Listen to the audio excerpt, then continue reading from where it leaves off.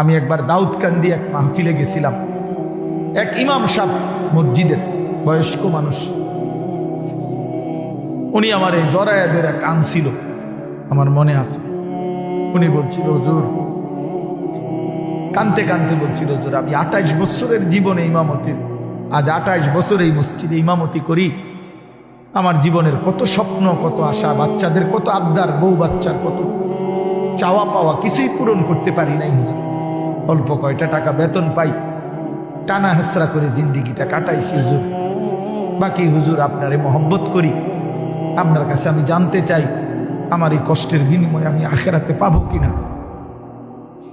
আমি কি বলবো, আমিও কাঁদছি তখন। হায় হুজুর, কি বলবেন? চোখটা বন্ধ হলে দেখবেন আপনি আখেরাতে বাদশাহ।